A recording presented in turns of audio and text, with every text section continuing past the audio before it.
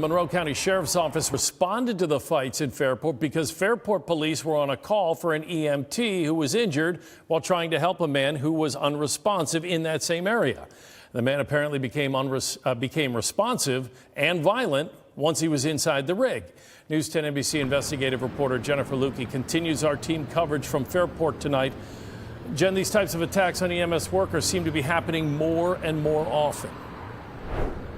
Yeah, Brett, just a couple of weeks ago, we were reporting on an attack that happened inside an AMR ambulance in the city of Rochester, where two EMTs were severely injured by a patient inside.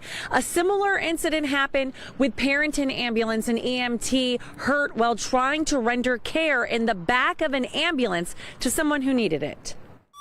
We've recently seen a number of local EMTs and paramedics injured by the very people they're trying to help. But those attacks are not as rare as you might think. So we try to make sure that we're able to discharge our duties and help the folks around us.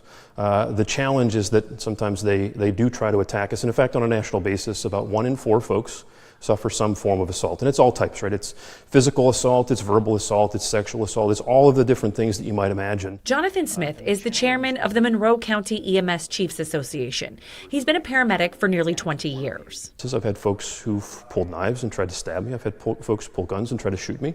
I've had folks who've tried to hit me, who've tried to throw me out of the ambulance, who've tried to attack the ambulance. So from the start of their careers, EMTs are trained at what to look for. Sudden changes in behavior and the intensity with which you engage a relationship, the way that you position or posture yourself can give us some insight into what you're thinking about and what you're likely to want to do next or might want to try to do next. So we try to make sure that folks can key in on those things. And remove anything that might be within reach that could be used as a weapon.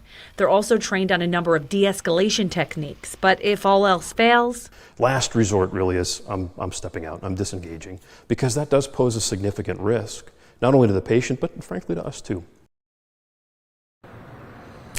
Now, we do know that the EMT that was working for Parenton Ambulance at the time of the attack was treated and released. They are expected to be okay. Live in Parenton tonight, Jennifer Lukey, News 10 NBC. Thank you, Jen. Police arrested the patient, Sullivan, of Victor, and charged him with felony assault.